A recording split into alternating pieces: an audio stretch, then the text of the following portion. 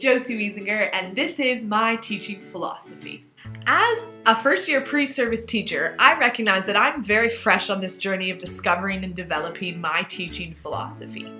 Yet my beliefs and values are blending with the new skills and strategies I'm learning to create the educator that I am becoming. And I hope that as I continue down this journey of a lifelong learner, my teaching skills and philosophy are bringing out the best in myself and in my students.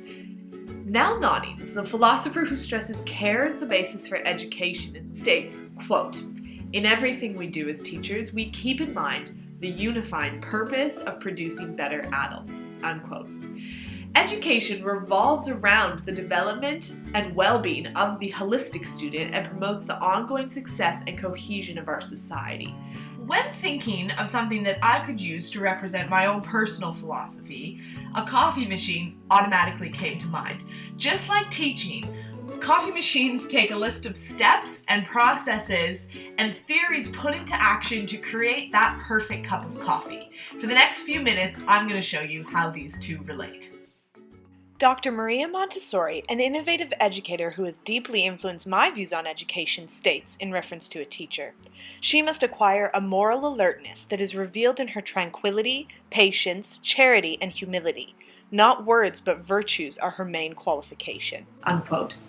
In coffee, the first step is a cleansing of past work and a resetting to make space for what you are about to create. To me, this represents the cleansing of a teacher's mind, rejecting narrow-minded socialization and becoming an agent of transformation. Through embracing my own personality and recognizing the stereotypes and beliefs that have potential to cloud my view of students, I plan to remove barriers between myself and my students. By taking the time to explicitly define my beliefs and philosophy, I will make sure that my day-to-day decisions are conscious and not just automatic responses that emerge from blinded beliefs that I've carried my whole life. The second step of the coffee-making process is selecting your beans and gauging your grind. Just like a barista must know the different types of beans and what conditions they require for optimal results, so a teacher must know their students and how they learn.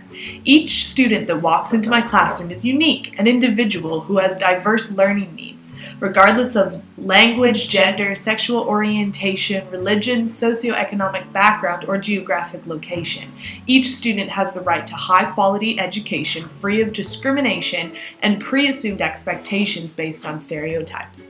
In my classroom, this looks like the freedom to be different and a breaking away from the colorblind theories of learning that have dominated the classroom for decades. I will strive to develop meaningful relationships with my students. Nell Noddings states, "We do not merely tell them to care and give them text to read on the subject. We demonstrate our caring in our relations with them. By putting myself into the shoes of my students and ridding myself of ethnocentric thought processes, I can develop wholesome relationships that are extremely vital to the success of students."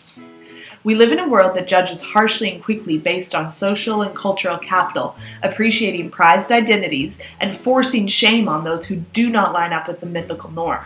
But in my inclusive classroom, these views will be challenged and questioned. By drawing on teaching strategies and theories, a safe learning space can be created that recognizes the diverse learning needs of students and engages classroom involvement. This leads us to our third step of creating a cup of coffee. By filtering through the coffee grinds, a beautiful espresso shot is drawn out. This espresso represents my innovative teaching pedagogy. Just as the espresso differs depending on which beans are used, so my teaching approaches and strategies will be suited to meet the needs of my diverse students. Vygotsky's zone of proximal development outlines the need for students to be actively engaged on the edge of their known understanding. Dr. Montessori states, "We must help the child to act for himself, will for himself, think for himself." The fourth step of this process is a joining of the espresso and milk. This represents the merging of pedagogy with curriculum to educate in a way that transforms mindsets.